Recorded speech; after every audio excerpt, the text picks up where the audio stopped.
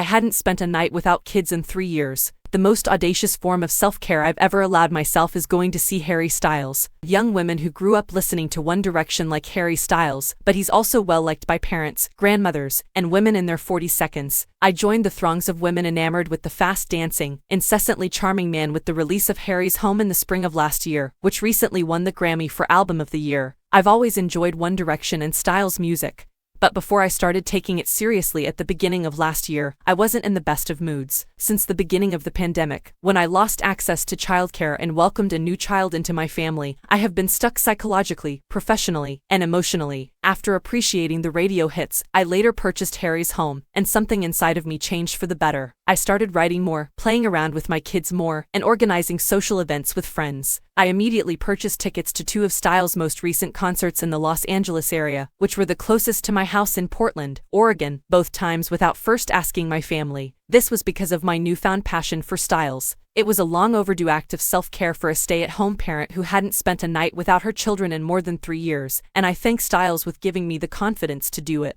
I can't possibly be unhappy when music for a sushi restaurant and as it was are playing since they make me feel such joy. Styles calms me down when there are traffic snarl-ups, my kids cry in the car before falling asleep, or there is bad weather. I frequently transport my sons while highly sleep-deprived, and to prevent myself from falling asleep, I sing along to Styles' peppy lyrics. Styles' upbeat songs, such as the booming, musically influenced Treat People with Kindness and the generally ignored Sunflower, Vol. 6 from Fine Line, have helped me fight off my seasonal blues because Portland, Oregon, is known for its gloomy weather. Styles' psychedelic, funky 70 Seconds mood in Fine Line and some of Harry's Home are so welcome in a time when everyone seems to be reliving the 80 seconds through music. I bought his show tickets. I found a single ticket for Styles' November 9th show after browsing tickets for his Love on Tour trip casually in the fall. Some people found it strange that I attended the performance alone, yet, since I never travel alone, it was the nicest trip I could have imagined. For once, I only had to prepare for myself and didn't have to think about packing extra toddler clothing, wipes, diapers, garbage bags for wet trousers, or snacks. Even better, I met up for lunch with my childhood best friend, who just so happened to arrive at LAX at the same time as me. It was wonderful to have an adult conversation without constantly looking over at my children. In addition to taking 2 showers in one day and eating sushi for the first time in years at the venue, Kia Forum, which offered the meal in honor of Styles' popular song,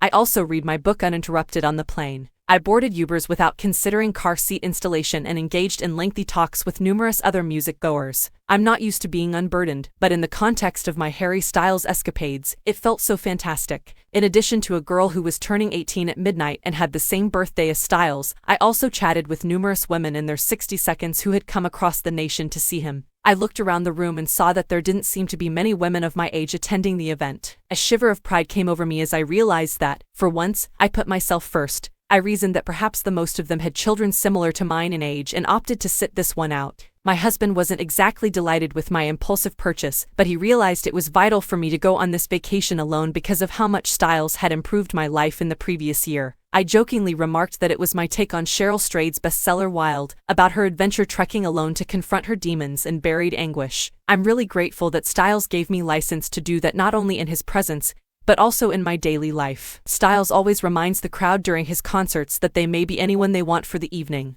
I'm not merely a mother of boys at Harry's Home, either.